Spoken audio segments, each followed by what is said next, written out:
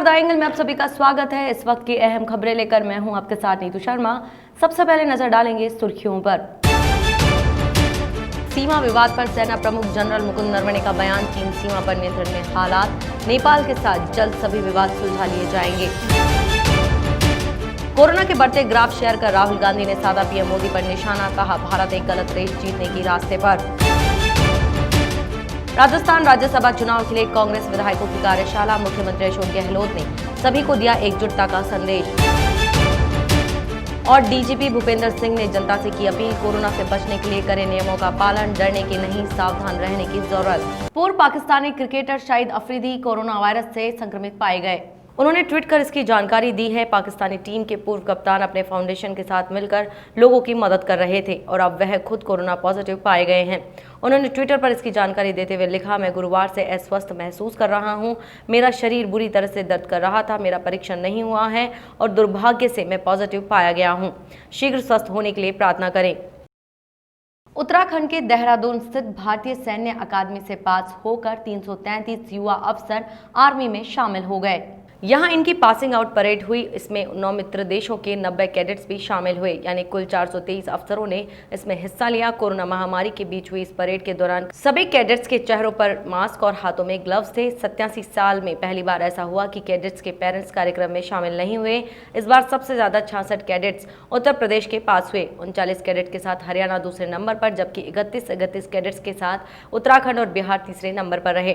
Parade के बाद होने वाली पीपिंग सेरेमनी में माता पिता ही कैडेट्स के कंधों पर लगे बैच से कवर हटाते हैं।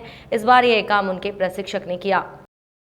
भारतीय सैन्य अकादमी में पासिंग आउट परेड में बतौर मुख्य अतिथि पहुंचे सेना प्रमुख जनरल मुकुंद नरवणे ने कहा कि चीन सीमा पर हालात नियंत्रण में है। कमांडर लेवल के साथ उच्च स्तरों पर बातचीत हो रही है। सेना प्रमुख ने कहा, बातचीत सकारात्मक रही है। नेपाल सीमा विवाद पर उनका कहना है कि नेपाल हमारा अच्छा पड़ोसी है और उसके साथ जल्द सभी मुद्दों को सुलझा दिया जाएगा। वहीं जम्मू कश्मीर पर उनका कहना था कि लोग अब आतंक का रास्ता छोड़ रहे हैं। सेना को यहां आतंकवादियों के खात्मे में कामयाबी मिल रही है। लद्दाख के पैंगोंग त्सो झील, कवलन घाटी और डैम चौक पर भारतीय और चीनी सेनाएं एक दूसरे के सामने डटी थी। सैन्य अधिकारियों के स्तर पर हुई बातचीत में भारत ने साफ कर दिया था कि वह अपने जवानों को तब तक नहीं हटाएगा जब तक चीनी सेना इलाके में पूर्व की स्थिति को बहाल नहीं कर देती। देश में कोरोना वायरस को लेकर राजनीति गर्म हो चुकी है। वहीं एक बार फिर कांग्रेस के पूर्व अध्यक्ष और वायनाड सांसद राहुल गांधी ने कोरोना संकट पर मोदी सरकार पर निशाना साधा है।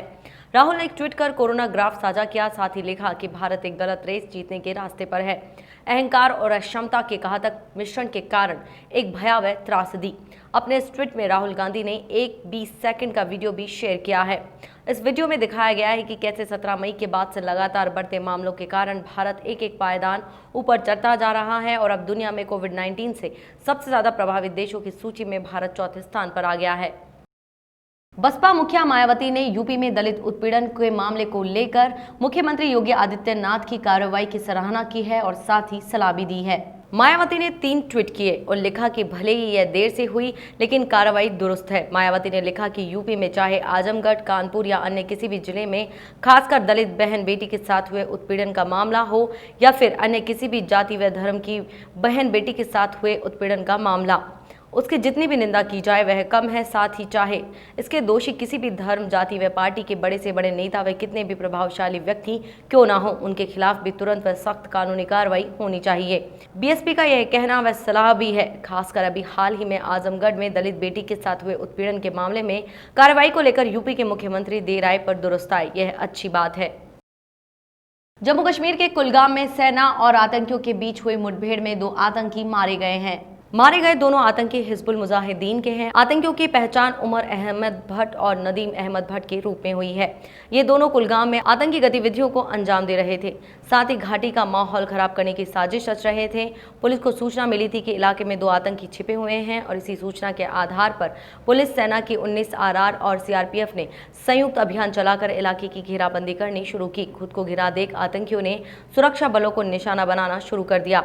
इसके बाद सुरक्षा बलों ने मोर्चा संभाला, साथ ही आतंकियों से समर्पण करने की बात कही। बावजूद इसके आतंकी फायरिंग करते रहे। इसके बाद कई घंटे तक चली मुठभेड़ में सुरक्षा बलों ने दोनों आतंकियों को मार गिराने में सफलता पाई। भारत और विश्व में कोरोना संक्रमितों की संख्या में इजाफा होता जा रहा है। जहां पूरी दुनिया में 77 लाख से अधिक लोग इससे संक्रमित हो चुके हैं, वहीं करीब 4 लाख से अधिक लोगों की इससे जान भी जा चुकी है। वहीं बात करें भारत की, तो अनलॉक 1 लागू होने के बाद से कोविड संक्रमितों की संख्या में अच्छा खासा इजाफा हुआ है।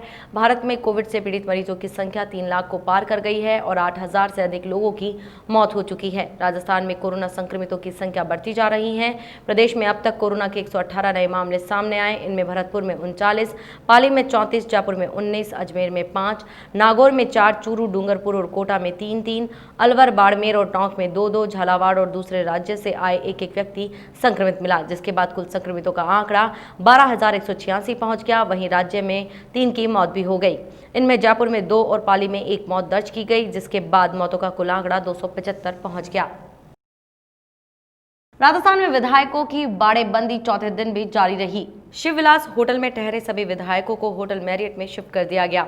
होटल में कांग्रेस विधायकों की कार्यशाला हुई। इसमें राज्यसभा चुनाव की रणनीति और प्रक्रिया को लेकर चर्चा हुई। कार्यशाला में मुख्यमंत्री अशोक गहलोत, डिप्टी सीएम सचिन पायलट और रणदीप सुरजेवाला मौजूद रहे। मुख्यमंत्री अशोक गहलोत ने कार्यशाला में विधायकों को एकजुटता का संदेश दिया। उन्होंने कहा कि सभी कांग्रेस के विधायक एक है। उल्लेखनीय है कि प्रदेश में 19 जून को राज्यसभा की 3 सीटों के लिए चुनाव होने हैं। प्रदेश के मुख्यमंत्री अशोक गहलोत ने केंद्र सरकार को प्रधानमंत्री गरीब कल्याण योजना को अगले 3 माह तक और बढ़ाने का आग्रह किया है। सीएम ने केंद्रीय खाद्य एवं सार्वजनिक वितरण मंत्री रामविलास पासवान को पत्र लिखकर प्रदेश में खाद्य सुरक्षा योजना से वंचित रहे 3,57,258 असहाय परिवारों के 14,44,982 सदस्यों के लिए भी 2 माह के लिए गेहूं और चना निःशुल्क आवंटित करने की मांग की है। उल्लेखनीय है कि भारत सरकार की ओर से कोरोना महामारी के कारण लगे लॉकडाउन के दौरान प्रधानमंत्री गरीब कल्याण योजना के तहत खाद्य सुरक्षा योजना के लाभार्थियों के लिए अप्रैल से जून तक तथा प्रवासियों के लिए मई एवं जून में प्रति माह 5 किलो गेहूं प्रति व्यक्ति तथा 1 किलो चना प्रति परिवार निःशुल्क आवंटित किया गया था। मुख्यमंत्री ने कोरोना संक्रमण की अनिश्चितता के कारण भारत सरकार से प्रधानमंत्री गरीब कल्याण योजना को अगले 3 माह तक बढ़ाने की मांग की है। महानिदेशक पुलिस भूपेंद्र सिंह ने प्रदेशवासियों से अपील की है कि वे स्वयं प्रेरित होकर कोरोना से बचने के लिए नियमों की पालना करें। उन्होंने प्रदेशवासियों से लॉकडाउन के बाद दी गई रियायतों के दौरान स्वयं प्रेरित होकर कोरोना के संक्रमण से बचने के लिए चिकित्सा एवं स्वास्थ्य विभाग द्वारा जारी दिशा निर्देशों की सावधानी से पालना एवं राजस्थान एपिडेमिक अध्यादेश के साथ ही अन्य जारी निषेधाज्ञाओं की अनुपालना सुनिश्चित करने का आग्रह किया है। सिंह ने बताया कि प्रदेश में कोरोना के संक्रमण की रोकथाम के लिए लागू राजस्थान एपिडेमिक अध्यादेश के साथ ही अन्य सभी प्रावधानों के तहत राजस्थान पुलिस द्वारा प्रभावी कार्रवाई की जा रही है। उन्होंने कहा कि कोरोना के संबंध में अनावश्यक रूप से आतंकित होने की नहीं बल्कि सावधानी बरतने की आवश्यकता है।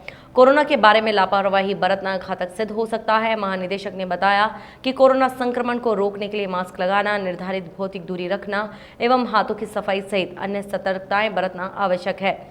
सिंह ने आमजन से कोरोना संक्रमण की रोकथाम के लिए लागू किए गए सभी प्रावधानों की स्वयं प्रेरित होकर स्वयं पालना करने के साथ ही अन्य लोगों को भी प्रेरित करने का आह्वान किया है। इस बुलेटिन में ये थी अभी तक की खास खबरें। देखते रहिए द एंगल। नमस्कार।